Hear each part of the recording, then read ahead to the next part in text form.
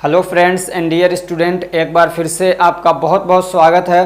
तो आज की इस वीडियो में हम लोग पढ़ने वाले हैं फार्मेसी लॉ एंड एथिक्स का चैप्टर नंबर 16 और आज का हमारा टॉपिक है clinical establishment act and rules.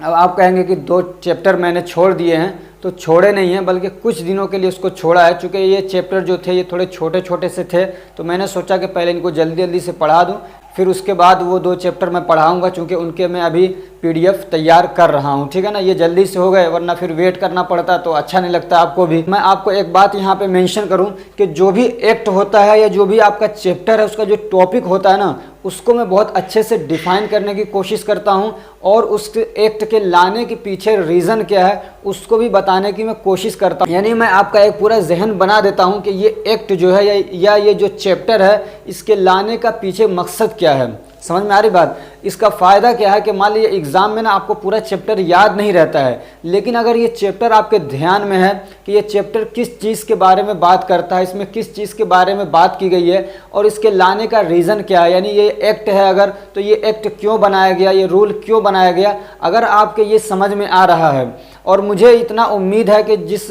तरीके से मैं आपको पढ़ाता हूँ, आपके इतना तो जहन में रहेगा। अगर मैं पढ़ा रहा हूँ क्लिनिकल एस्टेब्लिशमेंट, तो मैं इसको आपको इस लेवल तक समझाने की कोशिश करता हूँ कि ये किसी न किसी हद तक आपके माइंड में रहे या तो सबकॉन्शियस माइंड में रहे। ठीक है, उसके बाद क्या होगा इसका फ़ायदा कि जब आप एग्ज़ाम देने जाएंगे ना, तो इस चैप्टर में से कहीं से भी अगर वो इधर उधर से घुमा के क्वेश्चन पूछता है, तो आप ना ये नहीं होगा कि बिल्कुल उस क्वेश्चन को छोड़ देंगे। अगर थोड़ा भी आपने ध्यान से पढ़ा होगा, तो आप अगर पूरा आंसर नहीं भी लिखे ना, लेकिन आप कहीं ना कहीं से घुमा के उसका आंसर आप देने की पूरी कोशिश करेंगे और मुझे उम्मीद है कि आप सही करके आएंगे, क्योंकि आपको उसका पूरा कॉन्सेप्ट समझ में आ गया है। तो सबसे पहले समझिए कि क्लिनिकल एस्टेब्लिशमेंट क्या होता है, फिर इसके आने के पीछे इसका रीज़न क्या है वो हम समझने की कोशिश करेंगे। तो क्लिनिकल एस्टेब्लिशमेंट का मतलब सीधा सीधा ये होता है कि कोई भी ऐसा सेटअप आप बना रहे हैं जहाँ से आप लोगों का ट्रीटमेंट करेंगे, जहाँ से इलाज करेंगे, उसी को बोलते हैं क्लिनिकल एस्टेब्लिशमेंट। ठीक है, चाहे वो आपका एक हॉस्पिटल हो सकता है। अब वो हॉस्पिटल किसी भी लेवल का हो, ए लेवल का हो, बी लेवल का हो, समझ में आ रही बात, हाई लेवल का हो, किसी भी लेवल का हो, एक हॉस्पिटल है, तो उसके लिए भी क्या है, आपको क्लिनिकल एस्टेब्लिशमेंट के रजिस्ट्रेशन की ज़रूरत पड़ती है। क्लिनिकल एस्टेब्लिशमेंट का मतलब क्या हुआ कि कोई भी टाइप का अगर आप ट्रीटमेंट का एक प्लेस बना रहे हैं, एक जगह बना रहे हैं जहाँ से आप लोगों का इलाज करेंगे, तो उसी को बोलते हैं क्लिनिकल एस्टेब्लिशमेंट। जैसे कि एक हॉस्पिटल हो गया, या एक नर्सिंग होम हो गया, जैसे क्या मैटरनिटी होम हो गया, जैसे क्या डिस्पेंसरी हो गया। समझ में आ रही बात? तो ये जहाँ से भी आप इस तरीके का इलाज करते हैं वो इसके अंदर आता है। अब ये जो एक्ट है क्लिनिकल एस्टेब्लिशमेंट एक्ट, ये लाने का रीज़न क्या है और इसमें होता क्या है, 2 चीज़ें ध्यान से समझना है। ये एक्ट लाने का रीज़न क्या है और इसमें होता क्या है, ये मतलब ये क्या करवाता है आपसे।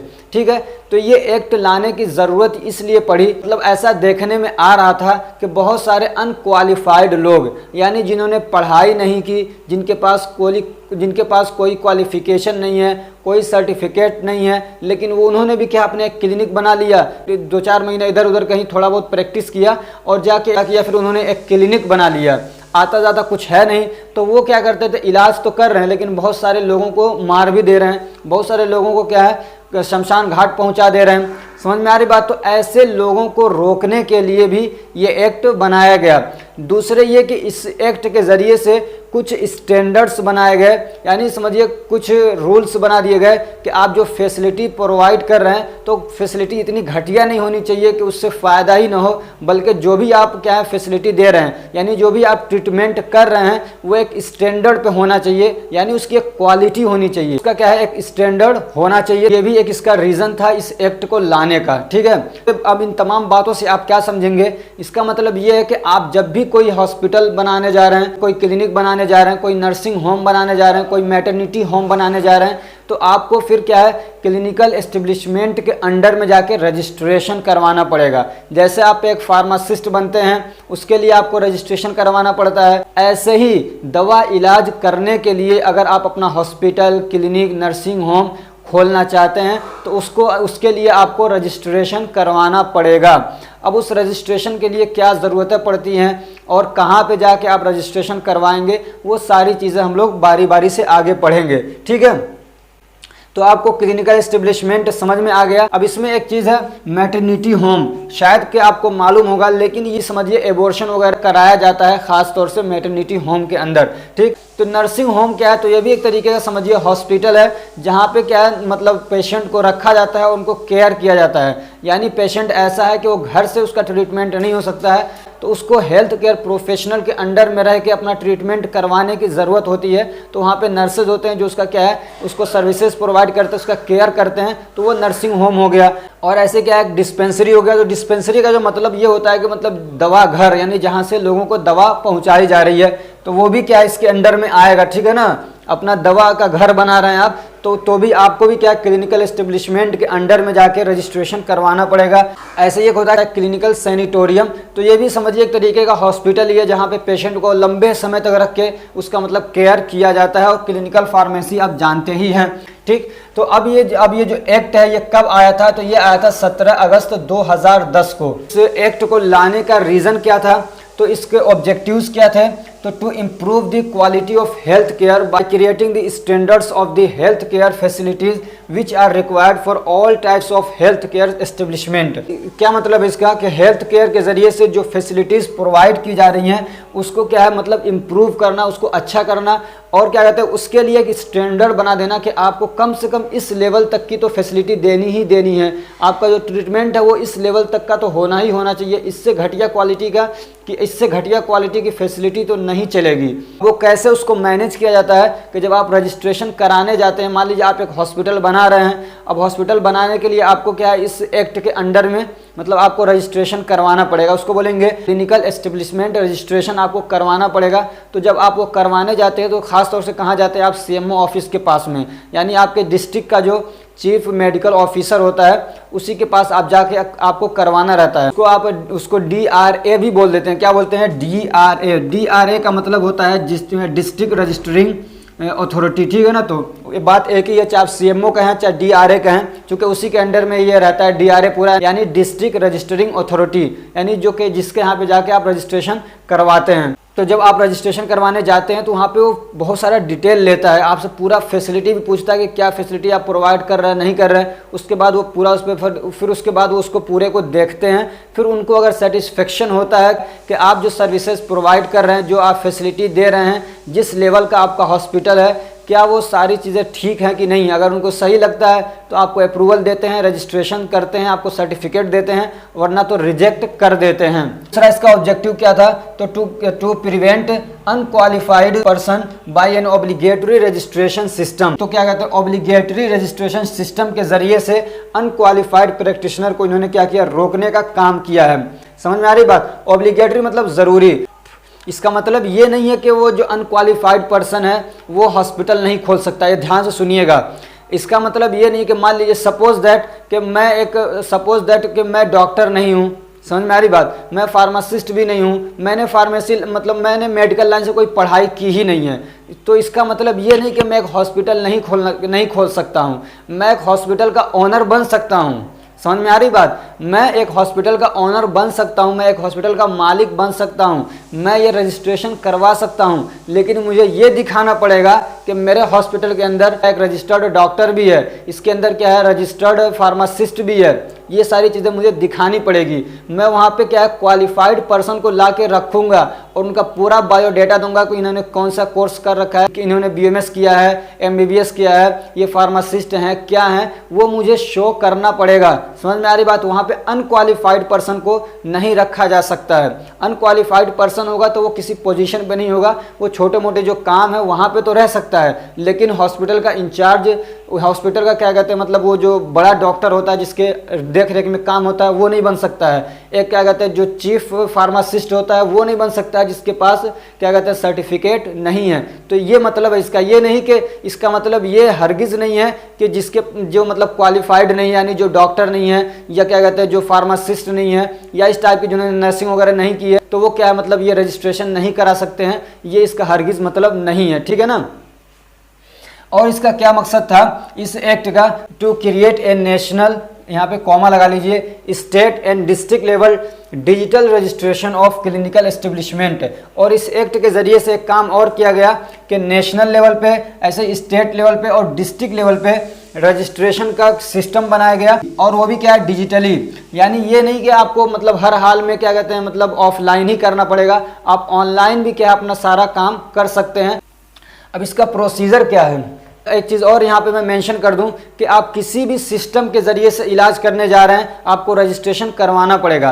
किसी भी सिस्टम का मतलब ये है कि चाहे आप एलोपैथिक का हॉस्पिटल खोल रहे हों, चाहे आप यूनानी का खोल रहे हों, चाहे आप आयुर्वेदिक मेडिसिन सिस्टम से इलाज करने का हॉस्पिटल खोल रहे हों, चाहे आप सिद्धा से खोल रहे हों, चाहे आप योगा वाला सिस्टम से खोल रहे हों, चाहे आप नेचुरोपैथी वाला खोल रहे हों, किसी भी सिस्टम से अगर आप इलाज करने के लिए कोई जगह बना रहे हैं, समझ में आ रही बात, कोई हॉस्पिटल बना रहे हैं, तो आपको ये एस्टेब्लिशमेंट रजिस्ट्रेशन करवाना पड़ेगा। मतलब ये जो मैंने सारे तरीके बताए हैं इलाज करने के, इसको बोलते हैं रिकॉग्नाइज्ड सिस्टम ऑफ मेडिसिन। यानी ये जो तरीके हैं मेडिसिन करने के, इलाज करने के, सब रिकॉग्नाइज्ड हैं गवर्नमेंट के थ्रू। यानी इन सारे तरीकों से आप इलाज कर सकते हैं, इसके अलावा दूसरे तरीके से आप इलाज नहीं करेंगे, ठीक है ना। इन सारे तरीकों से आप इलाज कर सकते हैं, और इनके थ्रू आप जब इलाज करने के लिए कोई जगह बनाते हैं, कोई हॉस्पिटल वगैरह बनाते हैं, तो उसके लिए आपको ये एस्टेब्लिशमेंट रजिस्ट्रेशन करवाना पड़ेगा। अब एक चीज़ है कि प्रोसीजर क्या है, इसका क्या है, तो प्रोसीजर हम लोग अभी पढ़ेंगे बाद में, ठीक है ना। दूसरी एक चीज़ और इसमें है कि जो अब ये मतलब इसके लिए रिस्पॉन्सिबल कौन है रजिस्ट्रेशन के लिए, यानी रजिस्ट्रेशन करवाएगा कौन। मान लीजिए एक हॉस्पिटल बन रहा है तो उसमें एक बड़ा सा डॉक्टर भी आके रहेगा, एक उसमें क्या कहते हैं मान लीजिए नर्सेज भी होंगे, उसमें फार्मासिस्ट भी रहेगा। तो रिस्पॉन्सिबल कौन उसके लिए, तो जो उस हॉस्पिटल का ओनर है, जो उस हॉस्पिटल का मालिक है, उसकी ये जिम्मेदारी है कि वो रजिस्ट्रेशन करवाएगा। समझ में आ रही बात, वो डॉक्टर फिजिशियन जो भी है उनकी जिम्मेदारी नहीं है। अगर वो डॉक्टर खुद ही उसका अपने हॉस्पिटल का ओनर है तब तो उसकी जिम्मेदारी है, वो करवाएगा। लेकिन कुछ हॉस्पिटल का ओनर कोई और है, उसका मालिक कोई और है, तो अब वो जो मालिक है उसकी रिस्पॉन्सिबिलिटी है, उसकी जिम्मेदारी है कि वो क्या कहते हैं रजिस्ट्रेशन करवाएगा। और ये रिस्पॉन्सिबिलिटी की बात इसलिए कर रहा हूँ, अगर बिना रजिस्ट्रेशन करवाए उन्होंने बड़ा सा हॉस्पिटल खोल दिया या छोटा सा हॉस्पिटल खोल दिया, रजिस्ट्रेशन नहीं करवाया, तो पेनाल्टी लग सकती है उनके ऊपर। समझ में आ रही बात। अब ये कि registration can be done in following veg. अब कोई रजिस्ट्रेशन करवाने जा रहा है तो वो इन तरीकों से करवा सकता है। एक तो ये कि सीधे पहुंचे, डिस्ट्रिक्ट का सीएमओ ऑफिस है यानी चीफ मेडिकल ऑफिसर जो है उसके ऑफिस पहुंचे और जाके वहां से उससे बात करे कि मुझे रजिस्ट्रेशन करवाना है, तो वो फॉर्म वगैरह देगा, भर के वहाँ पे जमा कर देगा वो, ठीक है। उसमें कुछ एफिडेविट वगैरह भी लगते हैं, वो जमा करने के बाद वहाँ पे जो भी डॉक्यूमेंट्स वो मांगता है वो दे के आपको जमा करके उसके बाद फिर वो देखेगा, सेटिस्फाई होगा तो आपको क्या है सर्टिफिकेट वो इशू कर देगा। एक होता है इसमें क्या होता है प्रोविजनल रजिस्ट्रेशन, क्या होता है एक तरीके का, एक होता है प्रोविजनल रजिस्ट्रेशन, एक होता है परमानेंट रजिस्ट्रेशन।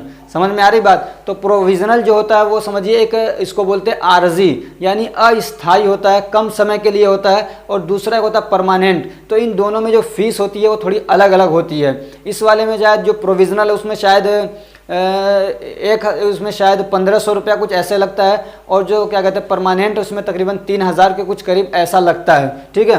वो तो टाइम के हिसाब से हो सकता है, चेंज भी करते रहते हों, तो वो आपको जो फीस बताएंगे वो फीस आपको देनी पड़ेगी, ठीक है। दूसरा ये कि आप पोस्ट के थ्रू भी क्या है भेज सकते हैं, मतलब अपना क्या कहते हैं पूरा जो मतलब पूरा फॉर्म जो है फॉर्म भरा, जो डॉक्यूमेंट की ज़रूरत पड़ती है वो डॉक्यूमेंट आपने उसमें लगा दिया, ठीक है। और उसके बाद फीस जो आपने पेमेंट किया है तो उसकी एक कॉपी भी क्या है आप लगा देंगे उसके साथ में। अब ये पेमेंट करते हैं सरकारी खजाने में पेमेंट कर दिया जाता है, उसका सिस्टम होता है पूरा, ठीक है। तो आप पेमेंट करके फिर उसके बाद आप उसको भेज देंगे पोस्ट के थ्रू, तो वहाँ से भी आपको वेरीफाई करके फिर उसके बाद आपको सर्टिफिकेट इशू कर दिया जाएगा। या तीसरा तरीका कि आप खुद जाएं और वेबसाइट के ऊपर, समझ में आ रही बात, आप खुद वेबसाइट के ऊपर जाएंगे, यहाँ पे है ना क्लिनिकल एस्टेब्लिशमेंट NIC, इस पे जाके आप रजिस्ट्रेशन खुद कर सकते हैं। अब ये जो एस्टेब्लिशमेंट है यानी क्लिनिकल एस्टेब्लिशमेंट, इसके लिए काउंसिल बने हुए हैं। एक है national council for clinical establishment, यानी नेशनल लेवल पे आप पूरे इंडिया से कहीं से भी उसको भेज सकते हो, तो नेशनल लेवल पे आप काम करना चाहते हैं तो वहाँ से अपना रजिस्ट्रेशन करवाएंगे। ऐसे एक होता है स्टेट लेवल, होता है state council for clinical establishment, ठीक है। तो हर स्टेट का अलग अलग होता है, हर स्टेट का अलग अलग होता है, तो हर स्टेट का फिर क्या कहते हैं वेबसाइट भी अलग अलग बना रखा है। एक तो ये कि मतलब नेशनल लेवल पे है, आप यहाँ से भी कर सकते हैं, ऐसे ही हर स्टेट का अपना अलग अलग उन्होंने वेबसाइट्स बना रखे हैं, वहाँ से जाके आप रजिस्ट्रेशन कर सकते हैं, ठीक। तो आप क्या कहते हैं ऑनलाइन भी जाके रजिस्ट्रेशन करवा सकते हैं। अब ये जो रजिस्ट्रेशन होता है दो टाइप का होता है, एक होता है प्रोविजनल एस्टेब्लिशमेंट रजिस्ट्रेशन और एक होता है परमानेंट रजिस्ट्रेशन। अब यहाँ पे एक चीज़ और मैं बता दूं कि जो भी आप रजिस्ट्रेशन करवाते हैं उनकी एक वैलिडिटी होती है, यानी वो एक्सपायर भी होते हैं। तो जो प्रोविजनल होता है ये 1 साल के लिए होता है, फिर 1 साल के बाद आपको क्या करवाना पड़ेगा, रजिस्ट्रेशन दोबारा से, फिर 1 साल के बाद आपको रिन्यूअल कराना पड़ेगा, फिर रिन्यूअल कराएंगे तो फिर आपको पैसा देना पड़ेगा, तकरीबन ऐसे ही 1500 या कुछ ऐसे है, फिर आपको पैसा देना पड़ेगा। और ये वाला जो होता है ये परमानेंट, ये 5 साल के लिए होता है, कितना 5 ईयर्स के लिए होता है ये। और इसको भी जब आप रिन्यूअल कराने जाते हैं तो आपको पैसा देना पड़ता है, पेमेंट करना पड़ता है, तकरीबन 3000 या 5000 कुछ ऐसे ही है, ठीक। अब इसमें एक चीज़ और है कि जब ये प्रोविजनल सर्टिफिकेट आपको रिन्यूअल कराना है तो 1 महीना पहले आपको क्या है एप्लीकेशन देना पड़ेगा कि मेरा रिन्यूअल कराना है, ठीक है ना। इसको क्या है 30 दिन पहले 30 डेज बिफोर द एक्सपायरी आपको क्या करना है, एप्लीकेशन देना पड़ेगा रिन्यूअल के लिए। और इसमें होता है 6 मंथ, तो 5 साल पूरा होने में अगर 6 महीना जब बाकी है तभी आप एप्लीकेशन दे देंगे रिन्यूअल के लिए। अब मान लिया आप रजिस्ट्रेशन करवाने जा रहे हैं ऑनलाइन, तो वहाँ पे आपको क्या क्या मतलब क्या डिटेल्स मांगे जाते हैं। एक तो जो कि आपसे मतलब नॉर्मली जो पूछे जाते हैं आपका मोबाइल नंबर वगैरह, फिर उसका आप पासवर्ड वगैरह बनाएंगे तो पूरा प्रोसीजर है। उसके बाद जो मेन फॉर्म होता है वहाँ पे मतलब जो डिटेल मांगे जाते हैं वो ये सारे डिटेल से पूछे जाते हैं। तो एक तो ये कि आपका जो इस्टेब्लिशमेंट है वो किस कैटेगरी का है, यानी आप मतलब A लेवल का हॉस्पिटल बनाना चाहते हैं या उससे कम लेवल का बनाना चाहते हैं या छोटी सी क्लिनिक बनाना चाहते हैं या क्या कहते हैं नर्सिंग होम बनाना चाहते हैं, तो वो एक डिटेल पूछी जाती है। फिर उसका एड्रेस पूछा जाएगा, उसके बाद मेडिकल फैसिलिटीज़ के बारे में पूछा जाएगा, यानी किस टाइप की आप मेडिकल फैसिलिटीज़ देना चाह रहे हैं। आप यहाँ पे सर्जरी वगैरह करेंगे या हड्डियों से रिलेटेड है आपका, समझ में आ रही बात, या क्या कहते हैं आपका न्यूरोलॉजी से रिलेटेड है या बच्चों से रिलेटेड है, किस टाइप का आपका हॉस्पिटल है वो, ठीक है। और फिर उसमें आपको क्या कहते हैं उसके जो ऑनर है उसका डिटेल देना पड़ेगा कि इस हॉस्पिटल का ऑनर कौन है। ऐसे क्या है डिटेल ऑफ पर्सन इंचार्ज, और उस हॉस्पिटल का जो पर्सन इंचार्ज है उसके बारे में भी क्या है पूरी डिटेल आपको देनी पड़ेगी। इसमें यह भी हो सकता है कि जो मतलब मेन डॉक्टर है वो भी पर्सन इंचार्ज हो सकता है उसका, तो उसका रजिस्ट्रेशन नंबर क्या है देना पड़ेगा। ऐसे क्या है जो दूसरे मेडिकल और पैरा मेडिकल स्टाफ वगैरह हैं, मान लीजिए कुछ डॉक्टर्स हैं, कुछ फार्मासिस्ट हैं, कुछ नर्सेज वगैरह हैं, तो उनकी डिटेल देनी पड़ेगी और उनका रजिस्ट्रेशन नंबर भी देना पड़ेगा, ठीक है। और क्या है types of facilities are provide, और कितनी आप फैसिलिटी प्रोवाइड कर रहे हैं, मतलब आपका हॉस्पिटल A लेवल का है तो उसके रिगार्डिंग आप कितनी फैसिलिटी प्रोवाइड कर रहे हैं, तो फैसिलिटी भी आपको बताना पड़ेगा। ऐसे क्या कहते हैं आपके पास मेडिकल जो वेस्ट होते हैं, मान लीजिए दवाएं एक्सपायर हो गई या ब्लड एक्सपायर हो गया, जो भी चीज़ें हैं, तो जो एक्सपायर चीज़ें हैं उसका डिस्पोजल के लिए आपके पास फैसिलिटी है कि नहीं है। इसके लिए भी क्या है मतलब कोई ऑर्गेनाइजेशन होती है जिससे आपको अप्रूवल लेना पड़ता है, तो वो भी लेना पड़ेगा। ऐसे क्या है फायर फाइटिंग सिस्टम भी होना चाहिए, यानी फायर एक्सटिंग्विशर का पूरा सिस्टम है कि नहीं है आपके हॉस्पिटल के अंदर। अब रजिस्ट्रेशन प्रोसेस क्या है वो हम लोग देख लेते हैं, जिसका आपको इंतजार था कि अगर आप रजिस्ट्रेशन करवाने जा रहे हैं तो उसका क्या पूरा प्रोसेस है। तो उसके लिए हमको दूसरे PDF में जाना पड़ेगा, तो वो मैं आपको दिखाता हूँ। ये करना पड़ेगा, सबसे पहले आप स्टार्ट पे जाएंगे, ठीक है, मतलब वेबसाइट पे जाने के बाद जैसे कि मान लीजिए अगर आप यूपी के अंदर हैं तो उसमें आ जाएगा आपका uphealth.com, ठीक है ना, इस तरीके से आएगा। अभी वो भी दिखाऊंगा मैं आपको। तो आपको क्या करना है लॉगिन पे जाके आपको लॉगिन करना है, रजिस्ट्रेशन करना है। तब रजिस्ट्रेशन ऑनलाइन करने जाएंगे तो ये पहले आपको पेज खुल के आएगा, ठीक है। हाँ, अब इसमें क्या करना है तो सबसे पहले आपको इस वेबसाइट पे जाना है uphealth.in। अगर आप यूपी के हैं, आप जहाँ के भी ये बिहार के हैं, तो आप यहाँ पे पहुँचे, उसके बाद क्या करना है सिटीजन लॉगिन पेज पे जाना है। तो वहाँ पे आपको कुछ मतलब इन्फॉर्मेशन मांगेगा, यानी आपका मोबाइल नंबर मांगेगा, यानी समझिए आपकी यहाँ पे एक ID बन रही है, एक ID बना लेंगे। आप न्यू है तो आपको एक ID बनानी पड़ेगी, फिर लॉगिन कर सकते हैं। अगर आप पुराने हैं तो जैसे आप ये सब तो बातें जानते हैं, ठीक है ना, तो लॉगिन करके आपकी एक ID बन गई। आपकी ID बनाने के बाद फिर आपका यहाँ पे होगा सिटीजन रजिस्ट्रेशन, ठीक है ना, क्या होगा सिटीजन रजिस्ट्रेशन। तो फिर आपका पूरा नाम लिखना है, इसमें इतना क्लियर दिख नहीं रहा है। ये PDF अगर आपको चाहिए तो ये PDF मैं डिस्क्रिप्शन में दे दूंगा, समझ में आ रही बात। इतना क्लियर मुझे भी नहीं दिख रहा है इसमें, हालांकि मोबाइल में क्लियर दिखता है, इस पे डिजिटल बोर्ड पे वो दिख नहीं रहा है। तो मैं डिस्क्रिप्शन में इसकी लिंक दे दूंगा, ठीक है ना। और इसके अलावा एक और लिंक दे दूंगा जिसमें बहुत सारी मतलब जो क्वेश्चन आ सकते हैं आपके माइंड के अंदर, जो इस मतलब एक्ट से रिलेटेड है, उसके अंदर सब दिया हुआ है, बहुत इजी लैंग्वेज में है। आप उसको वहाँ से जाके पढ़ सकते हैं अगर आपके पास टाइम है, ठीक है। 2 PDF मैं डिस्क्रिप्शन में दे दूंगा।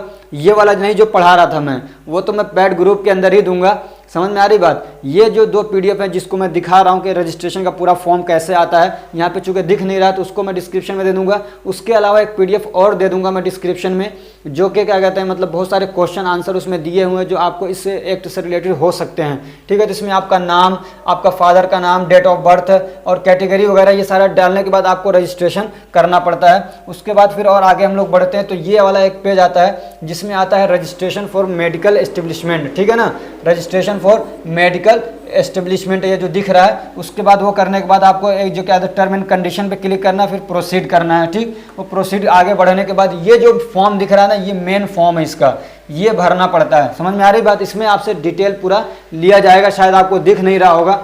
तो इसमें क्या क्या चीज़ें होती हैं तो जो मैंने बताया, एक तो क्या करना है इसमें एस्टेब्लिशमेंट के बारे में आपको पूरा बताना है कि किस कैटेगरी का एस्टेब्लिशमेंट आप कर रहे हैं, यानी छोटा सा हॉस्पिटल बना रहे हैं, क्या बना रहे हैं, ठीक है ना, क्लिनिक बना रहे हैं, क्या बना रहे हैं, वो उसके बारे में आपको देना है। ऐसे क्या कहते हैं, उसके बाद फिर आपको क्या करना है, एड्रेस देना पड़ता है। फिर उसके बाद कहते हैं मेडिकल फैसिलिटीज़ क्या क्या हैं वो देना पड़ता है। ऐसे ही ओनर की पूरी डिटेल देनी पड़ती है। ठीक, ओनर जो उसका मालिक है। ऐसे क्या कहते हैं पर्सन इंचार्ज है, यानी जो वहाँ का पर्सन इंचार्ज है वो डॉक्टर भी हो सकता है, कोई और आदमी भी हो सकता है, तो उसकी पूरी डिटेल आपको देनी पड़ती है, जो मतलब उस हॉस्पिटल का पर्सन इंचार्ज है। इस तरीके से फिर आपको यहाँ पे 1-2 क्वेश्चन और भी पूछे जाते हैं। उसके बाद फिर आपसे क्या करेगा, ये सेव करवा लेगा। इसको सेव करने के बाद आप आगे बढ़ेंगे। फिर उसके बाद वो क्या है, एक तरीके से इसमें देखेगा कि आप ये मतलब आपने जो फॉर्म भरा है वो ठीक है कि नहीं है। फिर उसके बाद ऑप्शन आता है क्रिएट एफिडेविट, तो आप एफिडेविट बना लेंगे उसका। फिर उसके बाद आगे बढ़ेंगे, उसका प्रिंट आउट आप निकाल लेते हैं। ठीक है, उस प्रिंट आउट को लाके आप CMO ऑफिस में जमा कर दीजिए, या तो फिर आप पोस्ट के जरिए से भी उसके पास भेज सकते हैं। तो ये पूरा इस तरीके से मतलब फॉर्म भरा जाता है। ठीक है, तो आपने ये सारा प्रोसीजर देख लिया कि कैसे मतलब हम लोग फॉर्म भरेंगे। अब वो मतलब इस लायक नहीं था कि मैं इसको PDF के अंदर डालूं, सिर्फ आपको मतलब होता है ना कि यार फॉर्म कैसा होगा, कैसे भरा जाएगा, तो वो मैंने दिखाने के लिए आपको बता दिया है। अब वो आपको बताने के लिए मैंने वो दिखा दिया है। ठीक है, तो अब रिन्यूअल की बात आ गई, तो रिन्यूअल में भी मैंने बता दिया है कि एक होता है प्रोविजनल रजिस्ट्रेशन। ठीक है, तो वो 1 साल के लिए वैलिड होता है। उसके रिन्यूअल के लिए आपको 30 दिन पहले ही, एक्सपायरी से 30 दिन पहले ही एप्लीकेशन देना पड़ता है। और एक होता है परमानेंट क्या कहते हैं रजिस्ट्रेशन, तो ये 5 साल के लिए वैलिड रहता है। ठीक है, और इसके क्या है 6 महीना पहले, एक्सपायरी से 6 महीना पहले आपको एप्लीकेशन देना पड़ता है रिन्यूअल के लिए। अब एक है कैंसिलेशन ऑफ रजिस्ट्रेशन। आप मान लीजिए रजिस्ट्रेशन कराने जा रहे हैं, ठीक है, आप रजिस्ट्रेशन कराने जा रहे हैं और जो भी डिटेल उन्होंने आपसे लिया अगर वो सेटिस्फाई नहीं होते तो कैंसिल कर देते हैं। ऐसे ही आपने रजिस्ट्रेशन करवा रखा है, आप हॉस्पिटल चला रहे हैं, उसके बाद उन्होंने देखा कि आप गड़बड़ी कर रहे हैं, जो भी फैसिलिटी के बारे में आपने बात की थी वो पूरा नहीं कर रहे हैं आप, तो फिर वो क्या कर सकते हैं, कैंसिल भी कर सकते हैं। एक बार आपको वार्निंग देंगे, अगर आप नहीं मानते हैं तो फिर वो कैंसिल कर देंगे। उसके बाद अगर आप उसमें प्रैक्टिस कर रहे हैं यानी काम कर रहे हैं तो आपके ऊपर जुर्माना लग सकता है। तो कितना जुर्माना लगेगा, तो अगर क्या कहते हैं मतलब बिना रजिस्ट्रेशन के, अभी चूंकि उसका रजिस्ट्रेशन खत्म हो गया जो पहले से चला रहा था, या कोई ऐसा आदमी जिसने कभी रजिस्ट्रेशन करवाया ही नहीं, बिना रजिस्ट्रेशन के ही क्या काम शुरू कर दिया, उसने लोगों का इलाज करना शुरू कर दिया और अपना कोई हॉस्पिटल या कोई इस टाइप की चीज़ बना ली, तो फर्स्ट कन्विक्शन पे यानी पहली गलती पे उसको क्या है 50,000 तक का जुर्माना लग सकता है। ठीक है, दूसरी गलती पे उसको 1 लाख तक का जुर्माना लग सकता है। ऐसे ही अगर वो फिर मान नहीं रहा और क्या कहते हैं मतलब फिर से गलती कर रहा है तो 5 लाख तक का जुर्माना उस पर लग सकता है। जो टॉपिक था, इसकी जो मोटी मोटी बातें थी, जो जरूरी बातें थी, वो सारी मैंने आपको बता दी। तो होप कि ये लेक्चर आपको अच्छा लगा होगा। ये चूंकि ना ये सिलेबस कुछ ऐसा है कि मतलब इतना इंटरेस्टिंग हम इसको बना नहीं सकते। अब ये चूंकि ये जो फार्मेसी लॉ और एथिक्स का जो सब्जेक्ट है ये बहुत मतलब बोलते हैं ना सूखा टाइप का, मतलब इसको पढ़ाने में भी मज़ा नहीं आता है और पढ़ने में भी इतना मज़ा नहीं आता है। जैसे कि आपको फार्मेकोथेरापेटिक पढ़ने में मज़ा आता है, जैसे कि आपको फार्माकोलॉजी पढ़ने में मज़ा आता है, उतना मज़ा इसमें नहीं आएगा। लेकिन फिर भी मैं पूरी कोशिश करता हूँ कि इसको इंटरेस्टिंग बनाने की। तो हमारी कोशिश आपको कैसी लगती है कमेंट करके ज़रूर बताइए। आप लोग कमेंट नहीं करते हैं, समझ में आ रही बात, आप कमेंट करिए। दूसरे कि आप इसको लाइक करिए। अगर आपने अब तक मतलब सब्सक्राइब नहीं किया तो सब्सक्राइब कर लीजिए, कम से कम इतना तो कर ही सकते हैं। और तीसरी बात यह कि नोटिफिकेशन के बटन को भी दबा दीजिए ताकि जब मैं लाइव आऊँ या जब भी मैं कोई वीडियो अपलोड करूँ तो आपको उसकी इन्फॉर्मेशन जल्द से जल्द मिल सके। इसलिए कि मैं आगे अब बहुत सारी चीज़ें लाइव आके बताने की कोशिश करूँगा, जैसे कि एग्ज़ाम की प्रिपरेशन कैसे करें, किन चीज़ों को खास तौर से फोकस करें। ये बहुत सारी बातें जो हैं आपके साथ में लाइव आऊँगा और आपके बहुत सारे जो मतलब एग्ज़ाम से रिलेटेड और सिलेबस से रिलेटेड कुछ क्वेश्चन वगैरह हैं उसको भी लेने की कोशिश करूँगा सिलेबस कंप्लीट होने के बाद, उससे पहले नहीं। चूँकि अभी सबसे जो मेरा पहला मोटिव है वो ये कि सिलेबस को मैं कंप्लीट कर लूँ, वो भी सेकेंड ईयर का। मैं फर्स्ट ईयर पढ़ा रहा था, लेकिन आप लोगों के रिकमेंडेशन पे बार बार कहने पे मैंने सेकेंड ईयर शुरू किया, वरना इस साल मेरा सेकेंड ईयर पढ़ाने का कोई मतलब इरादा नहीं था। मैंने फर्स्ट ईयर पढ़ाना शुरू किया था, फर्स्ट ईयर पहले पढ़ाना शुरू किया था, लेकिन फर्स्ट ईयर का सिलेबस रखा रह गया, अभी वो हुआ ही नहीं। और सेकेंड ईयर का तकरीबन सारे सब्जेक्ट का सिलेबस कंप्लीट होने वाला है तकरीबन। खैर, आप लोगों की मोहब्बतें रहीं। तो अगर हमारी कोशिश आपको अच्छी लग रही है तो वीडियो को लाइक करिए, चैनल को सब्सक्राइब करिए और अपने फ्रेंड्स को भी शेयर करिए ताकि वो भी इससे फ़ायदा उठा सकें। Thank you so much for watching.